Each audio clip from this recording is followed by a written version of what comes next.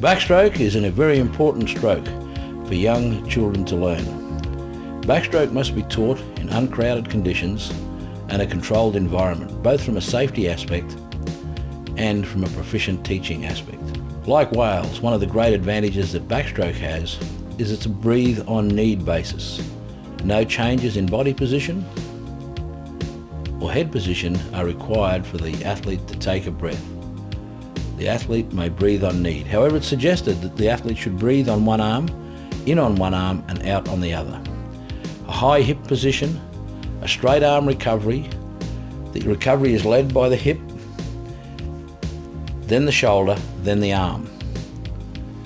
A continuous 6-beat kick and a continuous arm movement are required in learning backstroke. Side lateral kick, as in freestyle, is one of the key positions to be learned in backstroke. This promotes a high hip position, a nice steady head position, and a high out of the water shoulder position with a continuous kick.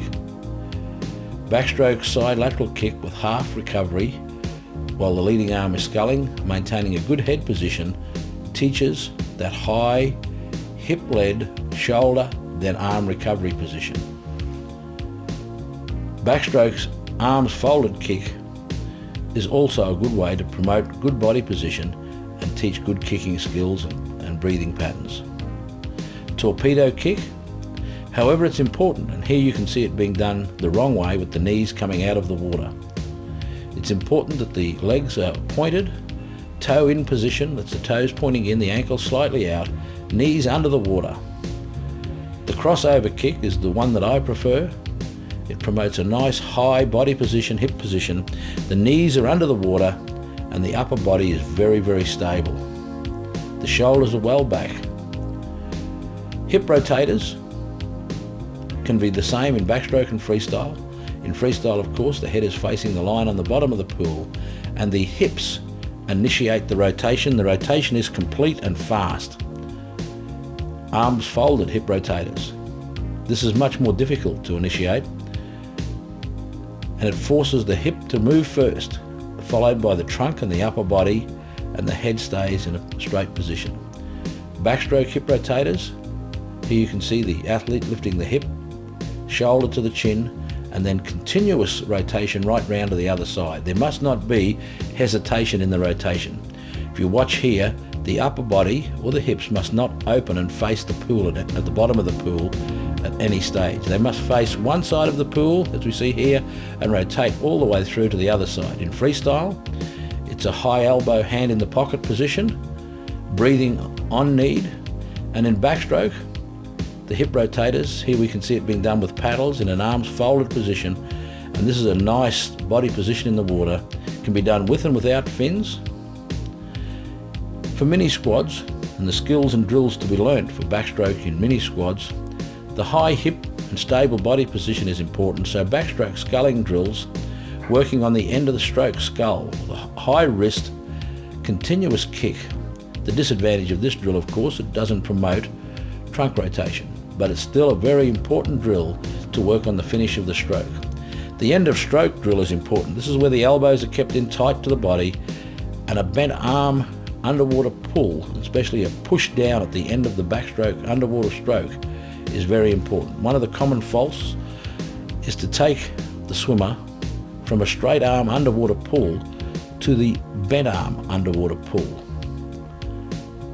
Time must be taken, and here you see the thumb sliding first up through the water, elbows tucked into the side with an accelerated fingertip up, pressed down, high wrist position as the athlete practice bent arm underwater pull or end of stroke drill. Here we see it done with hip rotators. See the athlete working right arm, rotate, back onto the right side, end of stroke drill on the right arm, push down, rotate the hip up, and then rotate back around to that same position. A full, quick rotation from one side to the other and back again, while keeping the head nice and still. Ears on the waterline, no knees out of the water, push that hip up high. Watch the hip up high now, then the shoulder, rotate over, bring the other shoulder to the chin and back again. The rotation is done with great acceleration and from one side to the other without leaving the body face the roof of the pool at any stage. A proper backstroke start to start, pull one arm back then the other, and then work the hip rotator. Here we see the athlete working on the left arm. So you teach the right arm first, then the left arm, and you practice equally as much on both arms. You start with both arms working the end of stroke drill, and then you go to one arm, and then you can practice it on right and left. So here we see the athlete practice right arm rotate, left arm rotate. And this is continuous, making sure the athlete does not overkick. The kick should be a nice soft kick. Ankles are relaxed. There's a slight knee bend on the upbeat, and the knee is straight on the downbeat. Toes just tip the surface of the water, and it's a strong, continuous kick, not going wide of the body when you're on your side. In backstroke, we're trying to learn a deep catch, straight arm recovery, and a bent arm underwater pull while maintaining good body position. Here we see a back of the hand exit from the water, touch at the top of the stroke, and enter the water little finger down, and the little finger down is initiated by the high hip position and the normal rotation of the body. It is my belief that backstroke is one of the most important strokes in developing good techniques in probably all of the other three strokes as well. The amount of flexibility and range of motion that's required for efficient backstroke, I believe, enhances the other three strokes also, as well as backstroke. A simple progression which can be learned at the introductory squad level is first a 25 metres or 20 metres, depending on the length of the pool that you're operating in, of crossover kick. That's with the elbows pushed back, hands pointing towards the lower back, but placed on the bottom or the base of the neck. Followed by 25 metres of crossover kick with rotation, keeping the head still, looking at the roof on a fixed position on the head, pushing high elbow, low elbow. The high elbow, of course, is initiating or simulating a high recovery, and the low elbow a deep catch. Followed by 25 metres of pressure point scull, promoting that deep catch and that high elbow position, followed by number 4, 25 metres of double arm backstroke finish. That's with the elbows tucked into the sides and learning that bent arm underwater backstroke pull, deep push down at the back of the stroke, and that skull on an accelerated skull moving up to the thumbs touching the side of the legs. Followed by right arm, left arm skull and rotate.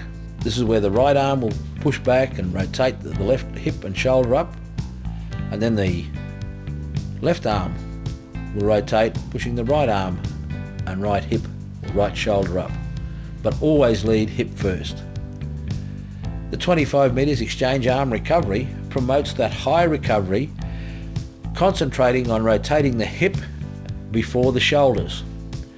Coming out of the water, thumb first or back of the arm first, no underwater pull, and concentrating on slowly, initially, at the start of the 25, to maximum speed through the recovery at the end of the 25, and maximum trunk rotation.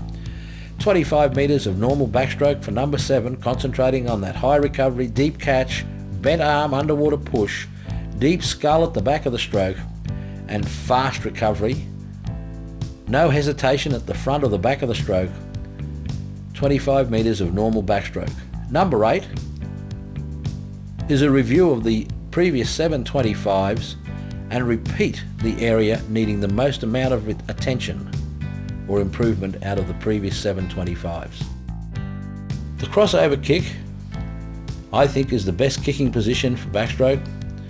Promotes a much better body position, keeps the knees under the water. Then a crossover or arms folded position with a high hip position rotating from one side to the other. Then the pressure point scull. This is with a high elbow and teaches the deep catch. Make sure that the opposite shoulder is on the chin. The double arm end of stroke drill promotes and teaches the bent arm underwater pull and the huge press down and upward skull at the bottom of the stroke, and can be taught with young children. Then the child learns right arm, left arm scull. Here we see them. Practicing right arm, left arm, continuous kick. Then the exchange arm recovery drill, promoting that high hip position, nice steady body position and continuous rotation of the hips. Ideally learnt with fins and then without fins, and then finished off with 25 metres of normal backstroke. Make sure there's no hesitation at the front or the back of the stroke, that the hand exits the moment it hits the hips.